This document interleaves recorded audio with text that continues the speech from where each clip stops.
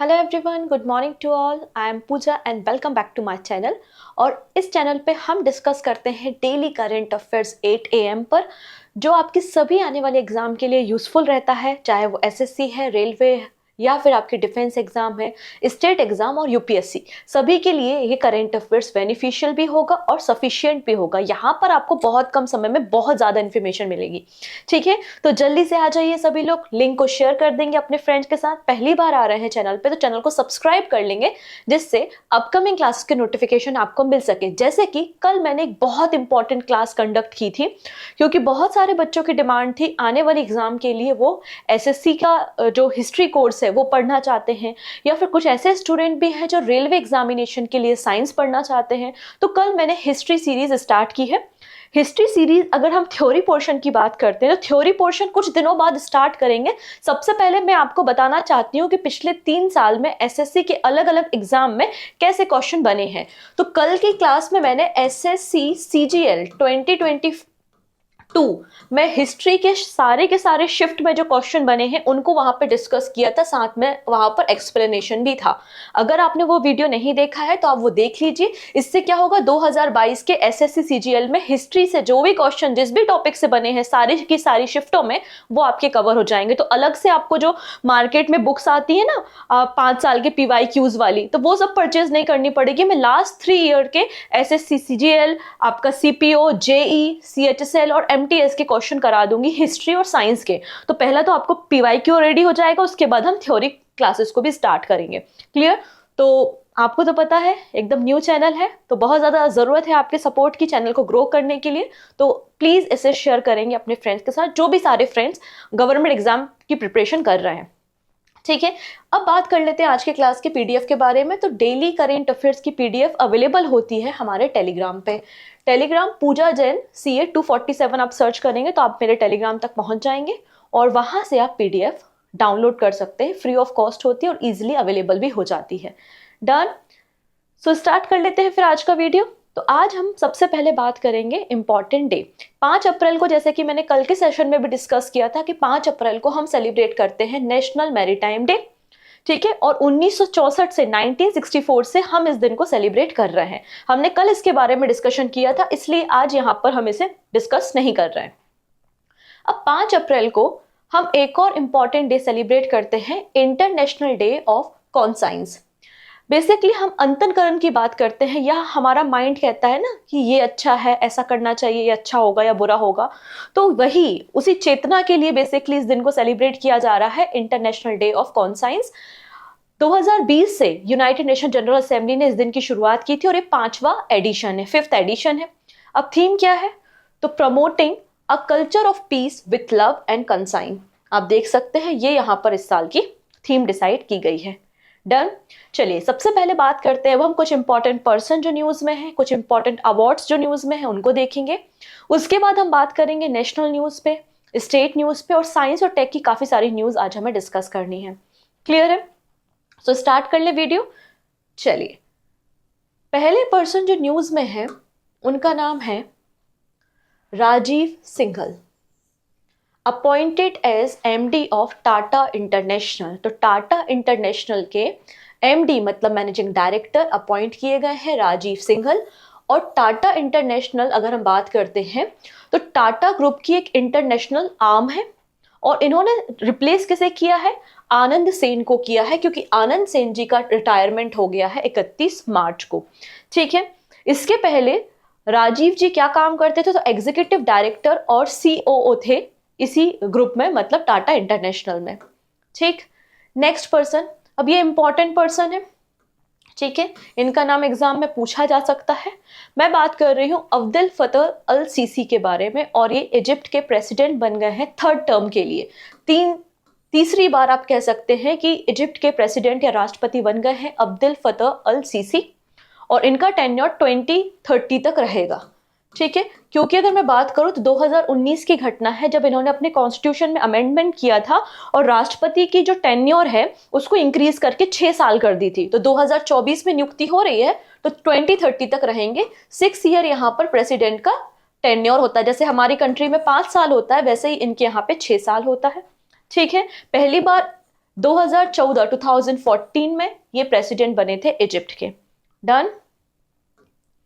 Next, कौन है ये? आयुष्मान खुराना। तो इलेक्शन कमीशन ने, आप कह सकते हैं एज अ ब्रांड एम्बेसडर भी बोल सकते हैं, तो election commission ropes in Ayushmann Khurrana to urge youth to vote. तो रिसेंटली इन्हें, जो हमारा अपकमिंग लोकसभा का इलेक्शन है उसमें यूथ का पार्टिसिपेशन बढ़े, इसलिए उस कैंपेन को रन करने के लिए आयुष्मान खुराना का नाम चुना है किसने? इलेक्शन कमीशन ऑफ इंडिया ने। चीफ इलेक्शन कमिश्नर कौन है? तो राजीव कुमार है। अब लोकसभा के जो इलेक्शन है वो 7 चरणों में होने हैं, 7 फेजेस में होने हैं और 19 अप्रैल से स्टार्ट होना है। काउंटिंग कब होगी? तो काउंटिंग होगी 4 जून को। नेक्स्ट, अच्छा हाँ, कल आप लोग वो जुपिटर के मून्स के लिए बोल रहे थे। एक्चुअली वो न्यूज जुपिटर के मून के लिए नहीं थी कि कितने नंबर ऑफ मून है। बिल्कुल रिसेंटली मुझे भी पता है कि जुपिटर में नंबर ऑफ मून्स इंक्रीज हो गए हैं 95। एक्चुअली वही पोस्टर मुझे गूगल पे मिला था, तो मैं बस बताना चाहती थी कि ये 4 मेजर सैटेलाइट हैं और यहाँ पर ओजोन मिली है, इसलिए उस पोस्टर को लिया था। ठीक है, तो कुछ बच्चों ने मैसेज किया था तो मैं क्लियर करना चाहती हूँ।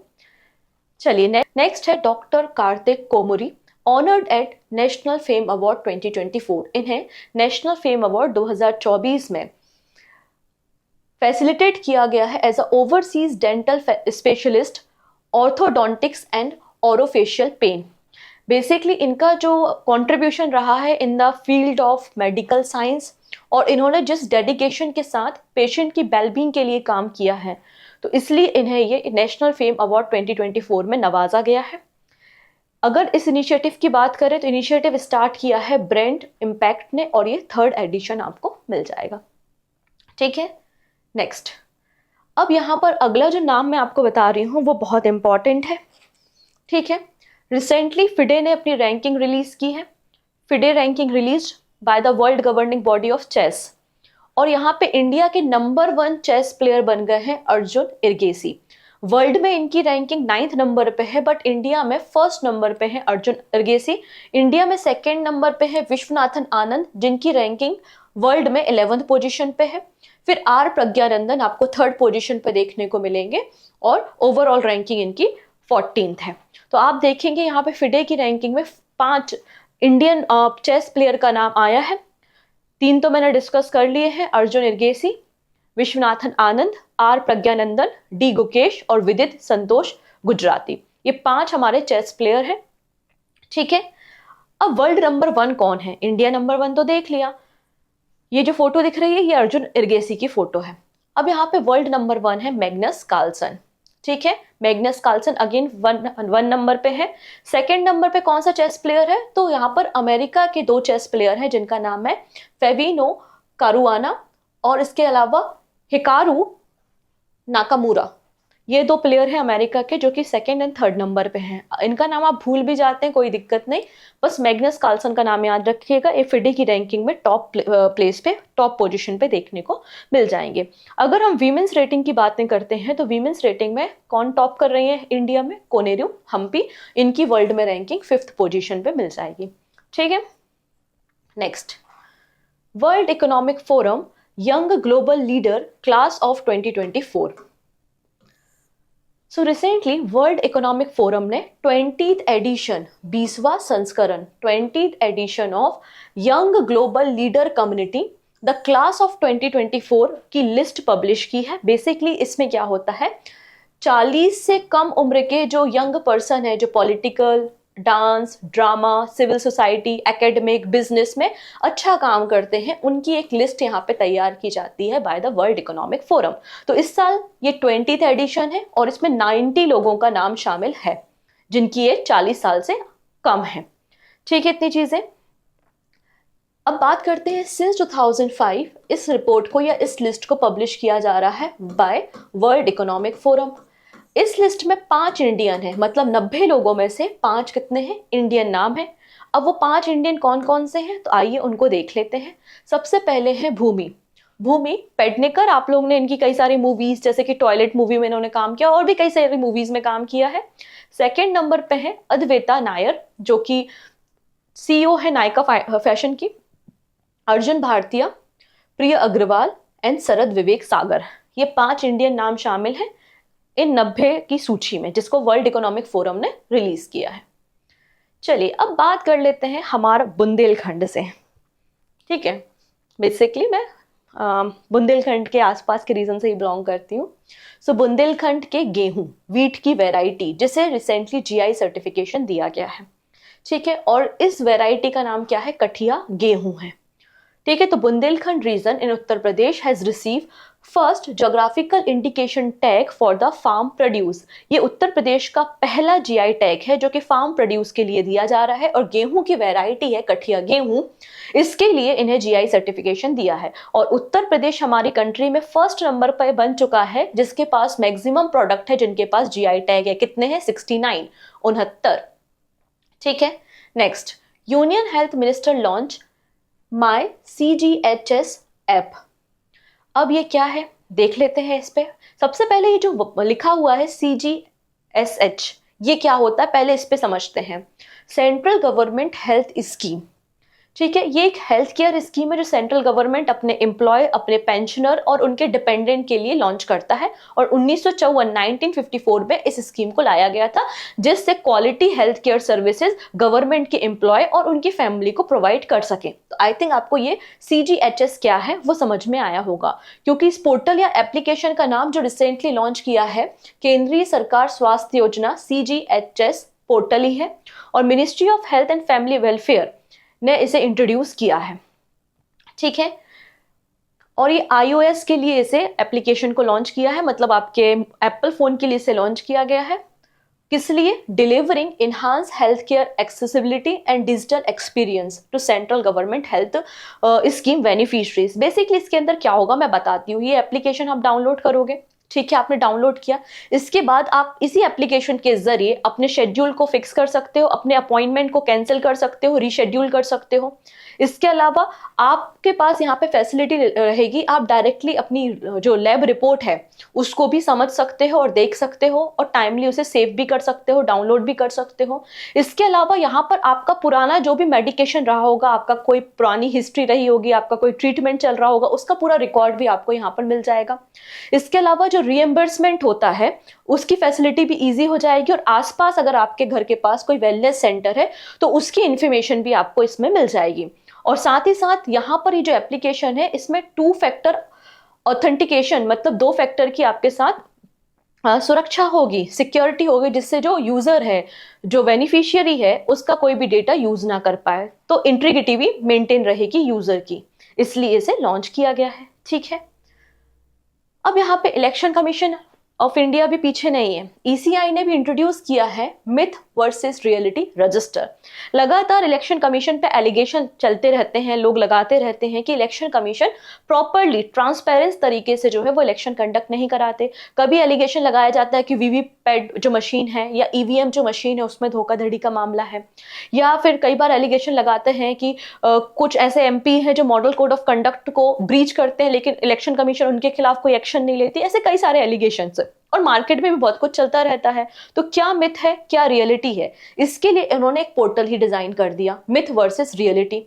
ठीक है, यहां पर आपको conduct of election, electoral roll, voter service, EVM, VVPAT के बारे में जो भी जानकारी मार्केट में चल रही है, तो उसका वो रियल है या मिथ, आप इसको यहाँ से चेक कर सकते हैं। ये रेगुलर बेसिस पे अपडेट किया जाएगा बाय द ECI, जिससे हमारी कंट्री में जो इलेक्शन कमीशन की प्रोसेस है या हमारे कंट्री में जो इलेक्शन की प्रोसेस है वो बहुत ज्यादा ट्रांसपेरेंट हो, और एक बहुत ही यूजर फ्रेंडली फॉर्मेट में इसको तैयार किया गया है। और इसे लॉन्च किसने किया है? तो chief election commissioner Rajiv Kumar. इसके अलावा हमारे जो नए नवेले, बिल्कुल एकदम नए इलेक्शन कमिश्नर बने हैं, ज्ञानेश कुमार और सुखबीर सिंह ने इसे लॉन्च किया है। ठीक है, done. Next, India aim to produce 100 gigawatt nuclear power energy by 2047। 2047 आजादी का अमृत काल हम सेलिब्रेट करेंगे, क्योंकि हमारी आजादी को 100 साल हो जाएंगे। तो हमारा टारगेट है कि हम तब तक 100 गीगावाट न्यूक्लियर एनर्जी को जनरेट करें। ऐसा कौन कहता है? तो ऐसा हमारे जो एटॉमिक कमीशन है उनके जो चेयरमैन है मोहंती साहब, उन्होंने ये क्लेम किया है, उन्होंने ऐसा कहा है।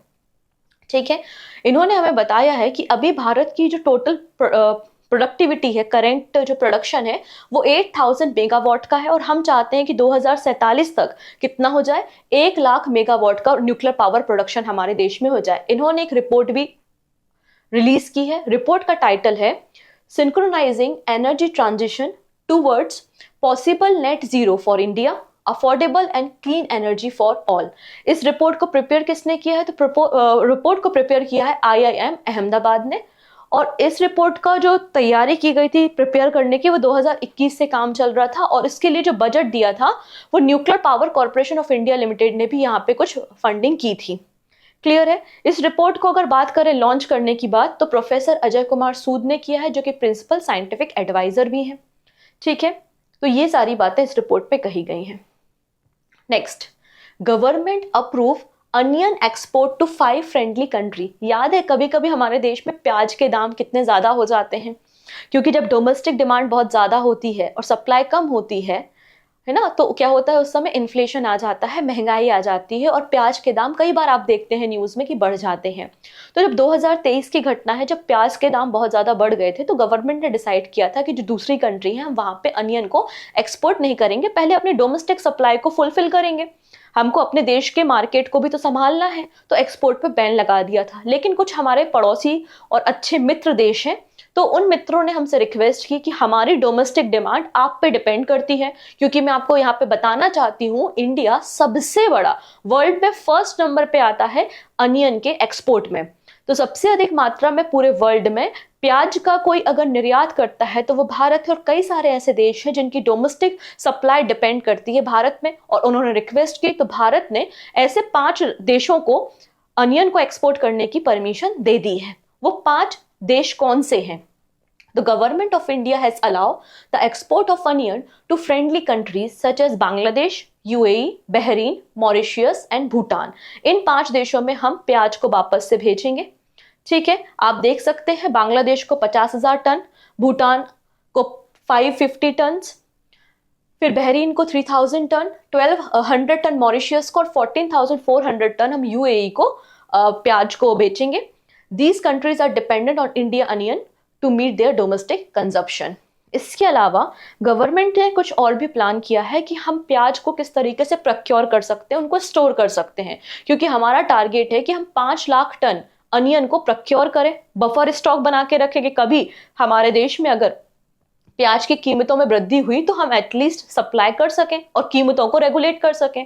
तो यहाँ पे government of India has set a target to procure 5 lakh ton of onion from the market to build a buffer stock for 24-25। और ये इसके लिए यहाँ पे ये रिस्पॉन्सिबिलिटी किसको दी गई है? NAFED मतलब national agriculture cooperative marketing federation, और NCCF मतलब national consumer cooperative consumer federation of India को ये प्रोक्योरमेंट एजेंसी है जिनको ये काम दिया गया है। ठीक है, अब बात करते हैं प्रोडक्शन के मामले में। तो इंडिया सेकेंड लार्जेस्ट कंट्री है अनियन के प्रोडक्शन में आफ्टर चाइना। ठीक है, और अनियन का कल्टीवेशन, अनियन की जो फसल होती है वो ऑलमोस्ट सभी राज्यों में होती है। ठीक है, महाराष्ट्र सबसे बड़ा प्रोड्यूसर है अनियन का, उसके बाद मध्य प्रदेश, कर्नाटका एंड गुजरात आपको मिल जाएंगे। Done. Next, India's first gene therapy for cancer launch. तो प्रेसिडेंट द्रौपदी मुर्मू ने रिसेंटली इंडिया की पहली इंडिजीनियस, पूरी तरीके से भारत में विकसित जीन थेरेपी को लॉन्च किया है, जो कि कैंसर के इलाज में मदद करेगी। और इसे तैयार किसने किया है, कहां से इसको लॉन्च किया गया है? तो आंसर हो जाएगा IIT बॉम्बे से इसको लॉन्च किया गया है। किसने इसको तैयार किया है? तो इस थेरेपी को तैयार किया गया है IIT बॉम्बे और टाटा मेमोरियल हॉस्पिटल। इसके अलावा जो इंडस्ट्री पार्टनर है वो है यूमिनो ACT। इनके द्वारा हमारे देश की पहली CAR-T सेल थेरेपी कैंसर के इलाज के लिए रेडी होके तैयार है। क्लियर है? इससे हम क्या करेंगे, अफोर्डेबल दामों में, कम से कम दामों में कैंसर का इलाज बेहतर तरीके से अपने देश में कर सकेंगे। तो क्वेश्चन ये बनता है कि what is the CAR-T cell. ठीक है, तो आइए इस पे चर्चा हम कर लेते हैं थोड़ी सी। ठीक है, देखिएगा हमारी बॉडी में कई प्रकार की सेल होती हैं, वैसे ही हमारी बॉडी में जो टी सेल होती हैं, टी सेल एक प्रकार से ट्रीटमेंट या हमारे इम्यून सिस्टम के लिए रिस्पॉन्सिबल होती हैं। तो यहाँ पर जीन थेरेपी के जरिए इन टी सेल में मॉडिफिकेशन किया जाएगा, जिससे ये वाली जो टी सेल है वो कैंसर सेल को अटैक कर सके और कैंसर सेल को डिस्ट्रॉय कर सके।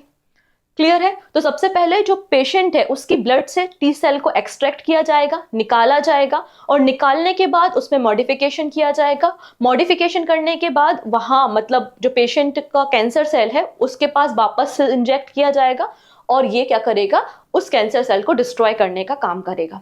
इस तरीके से पूरा कार्यक्रम चलने वाला है, ठीक है। और यहाँ पर CAR का क्या मतलब है, तो इसका मतलब है, तो आप देख सकते हैं chimeric antigen receptor T cell therapy, इसका पूरा नाम आपको देखने को मिल जाएगा। Done. Next, India to build first commercial crude oil strategic storage. कुछ दिन पहले हमने स्ट्रेटेजिक स्टोरेज के बारे में डिस्कशन किया था और मैंने आपको बताया था हमारे देश में 3 स्टोरेज कैपेसिटी आपको मैंने बताई थी जहां पर हम क्रूड ऑयल को स्टोर करते हैं, और ये सभी के सभी गवर्नमेंट ऑफ इंडिया ओन करता है। लेकिन यहाँ पर पहला commercial crude oil storage capacity तैयार होने जा रही है। इसके लिए बिडिंग प्रोसेस स्टार्ट की है गवर्नमेंट ने, मतलब जो प्राइवेट प्लेयर हैं यहाँ पर बिडिंग करेंगे और इस कैपेसिटी को तैयार करेंगे। ऐसा क्यों? क्योंकि आप सभी को पता है कि वर्ल्ड का 3rd नंबर का सबसे बड़ा ऑयल कंज्यूमर और ऑयल को इंपोर्ट करने वाली कंट्री कौन है? भारत है, क्योंकि हमारी डोमेस्टिक डिमांड बहुत ज्यादा है और हमारे देश में क्रूड ऑयल का उतना प्रोडक्शन नहीं होता, तो हमें दूसरे देशों से उनको इंपोर्ट करना होता है। अब ऐसा तो है नहीं कि इंपोर्ट कर लिया हमने तेल को और अपने घरों के बक्सों में या डब्बों में भर लिया, नहीं ना, उसके लिए प्रॉपर क्या होगा, स्टोरेज कैपेसिटी होगी। उसी स्टोरेज कैपेसिटी के बारे में हम यहाँ पे चर्चा कर रहे हैं। क्लियर है? डन। तो Indian strategic petroleum reserve limited, a special purpose vehicle created by the government of India for building and operating strategic petroleum reserve in the country। और यहाँ पर इन्होंने बिडिंग की बात की है, बिड इनवाइट की है कि हम अपने देश में 2.5 मिलियन टन का एक अंडरग्राउंड स्टोरेज तैयार करना चाहते हैं। कहाँ पर?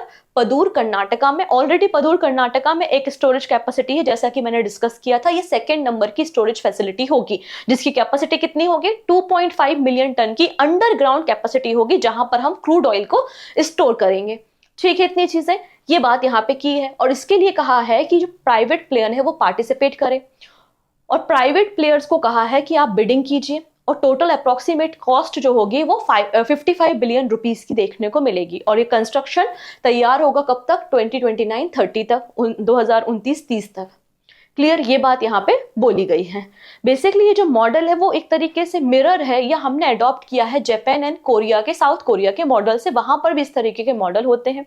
इसके अलावा जो भी प्राइवेट कंपनी होगी बिड करेगी, तो हमारी जो सेंट्रल गवर्नमेंट है वो उनको 60% तक आपका जो फाइनेंसिंग करने का काम करेगी, फाइनेंस कर सकती है। लेकिन बिडिंग उसको ही दी जाएगी जिसने फाइनेंसिंग कम मांगा हो या फिर जो हाईएस्ट प्रीमियम हमें पे करे। ठीक है, और 60 ईयर लीज पे ये दिया जाएगा। इसके लिए 215 एकड़ के जमीन को भी एक्वायर किया है पैडूर 2nd स्टोरेज कैपेसिटी बनाने के लिए कर्नाटका में। Done. Next, high court order government to release Loktantra Prahari सम्मान राशि। अब देखिएगा ये है क्या। लोकतंत्र प्रहरी सम्मान राशि का जो इनिशिएटिव है वो गवर्नमेंट, बीजेपी गवर्नमेंट ने हिमाचल प्रदेश में लिया था 2019 में। लेकिन इसको एक्ट को कब लीगलाइज किया गया, कब ये अस्तित्व में आया? तो 2021 में आया। क्या है ये? बेसिकली इमरजेंसी के समय 1975 में क्या हुआ था, बहुत सारे हमारे ऐसे लोग थे, डेमोक्रेसी के गार्ड्स थे, जिनको जेल में भर दिया गया, पुलिस स्टेशन में रखा गया इंदिरा गांधी जी के समय जब इमरजेंसी हुई थी। तो ऐसे लोगों को ये सम्मान राशि दी जाती है। ठीक है, और जिसमें 12,000 से 20,000 रुपए पर मंथ इनको दिए जाते हैं। और इसको स्टॉप कर दिया था। तो अभी हाईकोर्ट ने हिमाचल प्रदेश को कहा है आप इसे स्टॉप नहीं कर सकते, आप इस फंड को रिलीज करो। इसलिए पूरी स्कीम वापस से न्यूज में आ गई। डन। नेक्स्ट, समझ में तो आ रहा है? कोई समस्या तो नहीं ना? यहाँ पर आसान सी न्यूज है, आसान भाषा में ही हम डिस्कस कर रहे हैं। ओके, नेक्स्ट है ग्लोबल लाइफ एक्सपेक्टेंसी। अब ये ग्लोबल लाइफ एक्सपेक्टेंसी क्या होती है? बेसिकली पूरी दुनिया में लोग कितने एवरेज ईयर तक जिंदा रहते हैं, ठीक है, उसके बारे में बात हो रही है। ऑब्वियस सी बात है, पहले अगर आप देखते होंगे तो पहले जो हमारी लाइफ एक्सपेक्टेंसी है, हमारा जीवन काल था, उतना ज्यादा नहीं था, क्योंकि बहुत सारी बीमारियां होती थी मार्केट में और प्रॉपर वैक्सीनेशन भी नहीं था हमारे पास। तो बहुत सारे लोग, आपको पता है, मर जाया करते थे। प्लेग जैसी बीमारी हो गई तो पूरा गांव का गांव निपट जाया करता था, ये बात आपको पता है। लेकिन आज हमारा मेडिकल बहुत एडवांस है, तो उस मेडिकल एडवांस के कारण क्या हुआ है, हमारी कंट्री की और पूरे वर्ल्ड की ही जो एवरेज लाइफ है या फिर लाइफ एक्सपेक्टेंसी है वो इंक्रीज हुई है। तो 1990 से ये डेटा कंपेयर किया जा रहा है 2021 का, और बताया जा रहा है कितने समय में 6.2 ईयर्स हमारी लाइफ एक्सपेक्टेंसी इंक्रीज हुई है। और इस रिपोर्ट को, मतलब ये क्या रिपोर्ट है, ये लेंसेट स्टडी की रिपोर्ट है, ठीक है, लेंसेट स्टडी ने इसको रिलीज किया है। अब इंडिया की बात करते हैं तो इंडिया में भी लाइफ एक्सपेक्टेंसी 8 साल 8 ईयर इंक्रीज हुई है। वर्ल्ड की 6.2 हुई है और भारत में 8 हुई है, ठीक है। अब बात करते हैं सबसे ज्यादा कहां पर है, तो भूटान। भूटान में आप देखोगे लाइफ एक्सपेक्टेंसी सबसे ज्यादा इंक्रीज हुई है 13.6 ईयर, 13.6 साल। फिर बांग्लादेश है, नेपाल है और पाकिस्तान आपको देखने को मिल जाएगा। डन। चलो next generation ballistic missile Agni prime successfully flight tested. तो recently DRDO, defence research and development organisation ने अग्नि प्राइम की टेस्टिंग की है। और अग्नि प्राइम एक हमारी बैलिस्टिक मिसाइल है। इसकी टेस्टिंग कहाँ से हुई है, तो doctor APJ Abdul Kalam island, Orissa coast से इसकी टेस्टिंग हुई है। ये एक मीडियम रेंज की बैलिस्टिक मिसाइल है जिसकी रेंज 1000 to 2000 किलोमीटर की रेंज में आपको देखने को मिलेगी। और एक एडवांस वर्जन एक तरीके से अग्नि 4 और अग्नि 5 मिसाइल का आपको ये देखने को मिलेगा। और ये न्यूक्लियर कैपेबिलिटी रखती है, न्यूक्लियर वॉरहेड को कैरी करने में कैपेबल है। अग्नि प्राइम जो मिसाइल है ये बहुत ज्यादा लाइट वेट है। जो प्रीवियसली लॉन्च हमने अग्नि मिसाइल की है उनके कंपैरिजन में इसका वेट 50% तक आपको कम देखने को मिलेगा। अब हम अपने अगर मिसाइल सिस्टम के बारे में बात करें तो 1980 में 1980 में हमारे इंडिया में integrated guided missile development programme को लॉन्च किया था। किसने, डॉक्टर APJ अब्दुल कलाम ने। और इसके अंदर हमारी 5 मिसाइल रेडी हुई हैं और उन 5 मिसाइल का नाम क्या है, पटना, पृथ्वी, अग्नि, त्रिशूल, नाग और आकाश, ठीक है। Next Stargate $1000 billion. यहां पर आप देख रहे हैं 2 कंपनीज के लोगो दिख रहे हैं। ये तो माइक्रोसॉफ्ट का लोगो है और ये लोगो किसका है, आंसर है OpenAI का। तो OpenAI और माइक्रोसॉफ्ट मिलके एक क्लाउड या कह सकते हैं कि स्टोरेज सेंटर तैयार कर रहे हैं जिसका नाम है स्टारगेट, जिसके लिए दोनों मिलके $100 बिलियन का इन्वेस्टमेंट करेंगे, ठीक है। तो यहाँ पर आप देख सकते हैं $100 बिलियन का यहाँ पे प्लान तैयार किया जा रहा है स्टारगेट सुपर कंप्यूटर के लिए, जो कि 2028 तक तैयार हो जाएगा। बेसिकली एक डेटा सेंटर प्रोजेक्ट है, क्योंकि लगातार आप देख रहे हैं AI एप्लीकेशंस को रन करने के लिए एक सपोर्ट सिस्टम की भी जरूरत है। और डेटा को, मतलब मल्टीपल डेटा अवेलेबल होते हैं, उनको कितना फास्ट आप एग्जीक्यूट कर सकते हैं, उसके लिए भी हमें डेटा सेंटर की रिक्वायरमेंट है। तो यहाँ पर इसलिए आर्टिफिशियल इंटेलिजेंस सुपर कंप्यूटर जिसका नाम है स्टारगेट, इसको रेडी किया जाएगा बाय 2028 और $100 बिलियन का यहाँ पर प्लान है। अब यहाँ पे एक छोटी सी लिस्ट है, इसको आपको पढ़ना है कि फास्टेस्ट सुपर कंप्यूटर इंडिया में कौन सा है, तो एरावत है। पहला कंप्यूटर असेंबल्ड इंडिजीनियसली जो भारत में तैयार हुआ था वो परम 8000 है, ठीक है। इंडिया का पहला सुपर कंप्यूटर क्या था, परम शिवाय था, ठीक है। अब वो कंट्री कौन सी जिसके पास maximum number of super computer, तो चाइना के पास सबसे ज्यादा सुपर कंप्यूटर है, फिर USA और जापान आपको मिल जाएगा। अब जो हमारे सुपर कंप्यूटर होते हैं उनकी प्रोसेसिंग स्पीड को हम पेटाफ्लॉप में जनरली मेजर करते हैं। फास्टेस्ट यहाँ पर सुपर कंप्यूटर फ्रंटियर है और father of Indian super computer हम विजय भटकर को कहते हैं। तो ये कुछ एडिशनल स्टैटिक पॉइंट्स हैं, आप इनको भी माइंड में रख सकते हैं। चलिए, कल 4 अप्रैल को क्या हुआ था, तो नेटो की 75th एनिवर्सरी थी। नेटो मतलब नॉर्थ अटलांटिक ट्रीटी ऑर्गेनाइजेशन है और इसका फॉर्मेशन 4 अप्रैल को हुआ था 1949 में। 4 अप्रैल 1949 में नेटो का फॉर्मेशन हुआ था। बेसिकली सोवियत यूनियन के अगेंस्ट फॉर्म हुआ था, जिसमें अमेरिका और यूरोपियन कंट्री यहाँ पर शामिल हैं, ठीक है। जिसका मिलिट्री हेडक्वार्टर कहाँ है, ब्रुसेल्स बेल्जियम में है। और इसकी 75वीं सालगिरह रिसेंटली सेलिब्रेट की गई। और ग्रैंड सेलिब्रेशन कहाँ पर होगा, तो ग्रैंड सेलिब्रेशन कब होगा, जो अपकमिंग नेटो की मीटिंग होगी। अपकमिंग नेटो की मीटिंग आप देखेंगे वॉशिंगटन में होगी 9 से लेकर 11 जुलाई के बीच में, तब बिगर सेलिब्रेशन यहाँ पे किया जाएगा। क्लियर है। अब नेटो के सेक्रेटरी जनरल कौन है, तो सेक्रेटरी जनरल है जेंस स्टोल्टेनबर्ग। और नेटो अगर बात करें तो रिसेंटली आपने न्यूज में देखा था कि 31 नंबर का नेटो का मेंबर फिनलैंड बना था और 32वें नंबर का नेटो का मेंबर स्वीडन बना था। और अभी कुछ समय पहले ही हंगरी ने भी रेटिफाई किया है, केवल रेटिफाई किया, अभी नेटो में शामिल नहीं हुआ है, ठीक है। डन। इसके अलावा एक नोट और है यहाँ पर, वर्ल्ड बैंक ने भी इंडिया की GDP ग्रोथ फॉरकास्ट की है FY24 के लिए, और वर्ल्ड बैंक कहता है कि भारत की जीडीपी ग्रोथ 7.5% रहेगी FY24 में। तो कहीं आप डेटा बना रहे हैं, लिस्ट तैयार कर रहे हैं, तो वहां पर इसको ऐड कर लीजिएगा, क्योंकि वर्ल्ड बैंक की रैंकिंग बहुत इंपॉर्टेंट होती है, ठीक है। और एक क्वेश्चन आपको पता है रैंकिंग से पूछ लिया जाता है। चलिए अब यहाँ पर हम बात कर लेते हैं हमारे रिवीजन क्वेश्चन पे। आई होप आपको सारा मामला क्लियर हो गया होगा। डन। तो recently who has become the sole Indian weight lifter who qualify for the Paris Olympic. एकमात्र हमारे देश की वेट लिफ्टर जो कि पेरिस ओलंपिक के लिए क्वालिफाई हुई है, और कल हमने इनके बारे में डिस्कशन किया था, Mirabai Chanu. KSTAR recently seen in the news, क्या है ये, याद आया? कल मैंने आप लोगों के साथ आर्टिफिशियल सन के बारे में बात की थी, ठीक है। और इस आर्टिफिशियल सन ने 100 million degree Celsius temperature generate किया था न्यूक्लियर फ्यूजन से 48 सेकेंड तक के लिए। तो बेसिकली ये क्या है, साउथ कोरिया का फ्यूजन रिएक्टर है। नेक्स्ट है, what is the name of Indian coastal guard ship that recently made a port call in Vietnam as a part of its overseas deployment to ASEAN country. मैंने आपको recently बताया था कि हमारा एक Indian coastal guard ship ASEAN countries के लिए गया है। कहाँ पे, बुरनोई में, आपका मनीला, फिलीपींस और वियतनाम में, राइट। तो उस शिप का नाम क्या है, तो समुद्र पहरेदार है, समुद्र पहरेदार, ठीक है। NICES programme recently seen in the news is operated by which organisation. याद आया इस प्रोग्राम के बारे में? क्लाइमेट चेंज से लड़ने के लिए साइंटिस्ट को इनविटेशन भेजा है, आइए ज्वाइन कीजिए। कौन कर रहा है ये? इसरो है, ठीक है। इसे 2012 में लॉन्च किया गया था under the national action plan on climate change. Next है, who has recently become the India's top rank chess player. So answer is Arjun Erigaisi. First number पे है इंडिया में, और वर्ल्ड में 9th नंबर पे आपको मिल जाएंगे।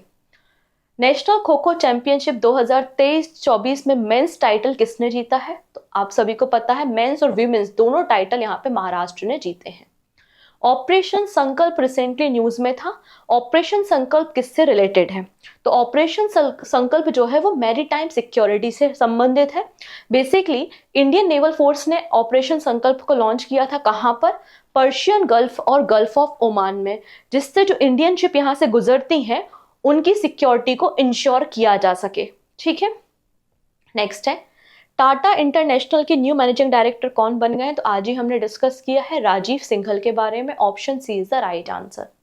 नेक्स्ट है, कठिया बीट, कठिया गेहूं रिसेंटली GI सर्टिफिकेशन मिला है, किस राज्य से है? तो आंसर हो जाएगा यहाँ पर उत्तर प्रदेश से है। Okay, and this is question of the day.